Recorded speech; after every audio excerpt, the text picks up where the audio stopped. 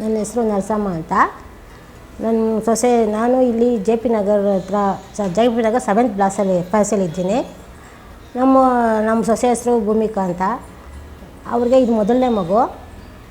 ನಾವು ಜೀನಿನ ಮಗು ತಿನ್ನೋಕ್ಕೆ ಪ್ರಾರಂಭಿಸಿದ್ರಿಂದ ಆವಾಗಲಿಂದ ನಾವು ಜೀನಿನ ತಿನ್ನಿಸ್ತಾ ಇದ್ದೀವಿ. ಸಿರಿಧಾನ್ಯದಿಂದ ಮಾಡಿದ್ದೆ ಜೀನಿ ಒಳ್ಳೆ ಪ್ರಾಡಕ್ಟು, ಚೆನ್ನಾಗಿ ನಮ್ಮ ಮಗುನೂ ಆರೋಗ್ಯವಾಗಿದ್ದಾನೆ. ಅವತ್ತಿಂದ ನಾವು ಅದನ್ನೇ ಫಸ್ಟು 2 ಟೈಮ್, ಈಗ 1 ಟೈಮ್ ಹಾಕ್ತಾಯಿದ್ವಿ, ಈಗ 2 ಟೈಮ್ ಹಾಕ್ತಾಯಿದ್ದೀವಿ. ಆರೋಗ್ಯವಾಗಿದ್ದಾನೆ, ಆ್ಯಕ್ಟಿವ್ ಆಗಿದ್ದಾನೆ. ನೀವು ಸಿರಿಧಾನ್ಯನ ಎಷ್ಟು ಉಪಯೋಗಿಸ್ತೀರೋ ಮಕ್ಕಳು ಆರೋಗ್ಯವಾಗಿರ್ತಾರೆ. ನೀವು ಸಿರಿಧಾನ್ಯಗಳು ತುಂಬಿದ ಆಹಾರವನ್ನು ಸೇವಿಸಿದ್ರೆ ನಿಮ್ಮ ಮಕ್ಕಳು ಆರೋಗ್ಯವಾಗಿರ್ತಾರೆ. ನಾವು ಯೂಟ್ಯೂಬ್ ನೋಡ್ತಾ ಇದ್ವಿ.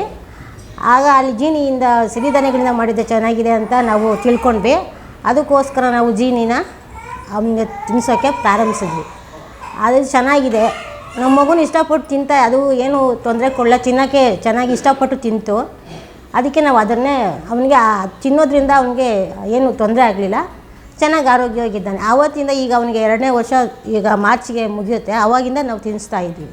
ಜೀನಿ ಕಂಪ್ನಿಯವರು ತುಂಬ, ನಾವು ಅದು ಯೂಟ್ಯೂಬಿಂದ ನೋಡಿದ್ದೀವಿ. ಅವ್ರು ಮಾಡೋ ಪ್ರಾಡಕ್ಟು ತುಂಬ ಚೆನ್ನಾಗಿದೆ.